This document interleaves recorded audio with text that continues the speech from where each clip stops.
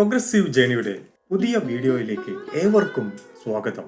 വൃക്ഷങ്ങളെ സംരക്ഷിക്കാൻ 363 ജീവനുകൾ ബലി കൊടുത്ത ചരിത്രം നമ്മുടെ രാജ്യത്തിനുണ്ട്. പരിസ്ഥിതി പ്രണയത്തിന്റെ ഏടുകളിൽ ഓർക്കപ്പെടേണ്ട ഒന്നാണത്. പ്രകൃതിയെ ഏറ്റവും ധന്യമായി കണ്ടിരുന്ന, പവിത്രമായി പരിപാലിച്ചിരുന്ന ഒരു സമൂഹത്തിന്റെ ചിന്താധാരകളുടെ ഉദാത്ത ത്യാഗത്തിന്റെയും സമർപ്പണത്തിന്റെയും കഥയാണത്. ഉത്തരേന്ത്യയിലെ ഹിന്ദു വൈഷ്ണവ സമുദായത്തിലെ ഒരു വിഭാഗമാണ് ബിഷ്ണോയി. ബിഷ്ണോയി വിഭാഗത്തിന്റെ ആധ്യാത്മിക ആചാര്യൻ ഗുരു ജാംബേശ്വർ നൽകിയ 29 നിയമങ്ങളാണ് ഇവരുടെ ജീവിതത്തിന്റെ ആധാരം.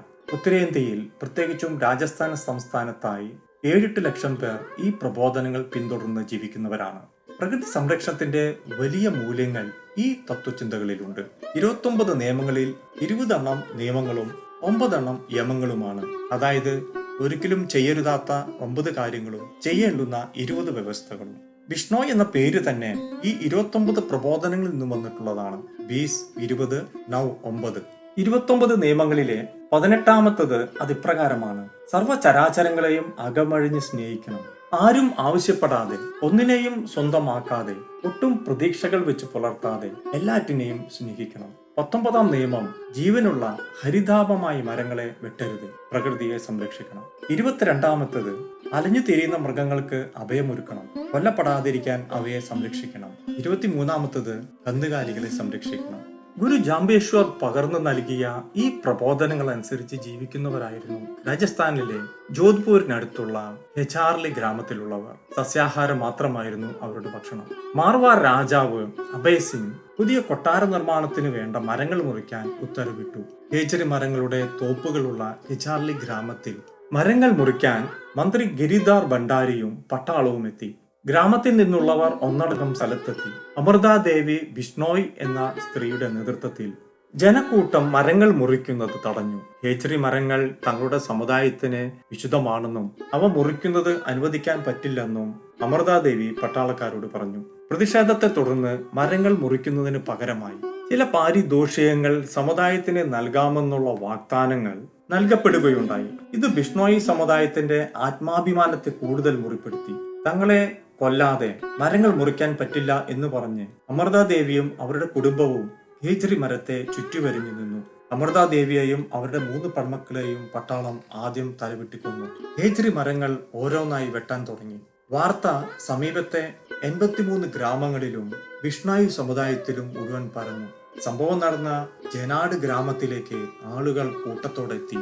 കേച്ചരി മരങ്ങൾ സംരക്ഷിക്കാൻ എന്താണ് ചെയ്യേണ്ടതെന്ന് ഗ്രാമസഭ കൂടി. തീരുമാനം ഇതായിരുന്നു: വെട്ടപ്പെടാൻ പോകുന്ന ഓരോ കേച്ചരി മരത്തെയും ഓരോ ബിഷ്ണോയി വളണ്ടിയർ തന്റെ ജീവൻ നൽകിയാലും സംരക്ഷിക്കണം. സമുദായത്തിലെ പ്രായമായവർ ആദ്യം വൃക്ഷ സംരക്ഷണത്തിന് വേണ്ടി മുന്നിട്ടിറങ്ങി. അവർ മരങ്ങളെ ആലിംഗനം ചെയ്തു നിന്നു. അവരെല്ലാം വധിക്കപ്പെട്ടു.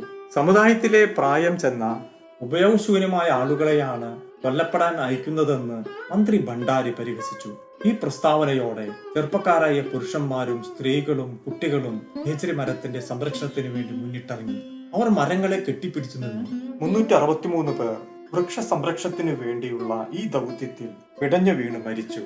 വാർത്തയറിഞ്ഞതോടെ രാജാവ് അഭയ് സിംഗ് തന്റെ മന്ത്രിയെയും സൈന്യത്തെയും തിരികെ വിളിച്ചു. മാത്രമല്ല, രാജാവ് നേരിട്ട് തന്നെ ഗ്രാമത്തിലെത്തി മന്ത്രിയുടെ നേതൃത്വത്തിൽ നടന്ന കിരാത നടപടികളോട് സമുദായത്തോട് മാപ്പ് പറഞ്ഞു. മേലാൽ രാജ്യാവശ്യങ്ങൾക്ക് ഹെചാർലി ഗ്രാമത്തിൽ നിന്ന് മരങ്ങൾ മുറിക്കാൻ നിർബന്ധിക്കില്ല എന്നുള്ള ഉത്തരവും ഇറക്കി. ജനാട് ഗ്രാമത്തിന്റെ പേര് ഹെചാർലി എന്ന് പുനർനാമകരണം ചെയ്യപ്പെടുകയും ചെയ്തു.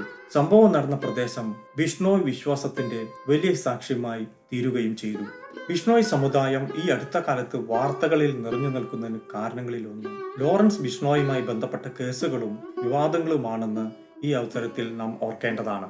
പ്രകൃതിയെ സംരക്ഷിക്കാൻ, മരങ്ങളെ സംരക്ഷിക്കാൻ ഹെചാർലിയിലെ 363 ജീവനുകളാണ് അവർ ബലി കൊടുത്തത്.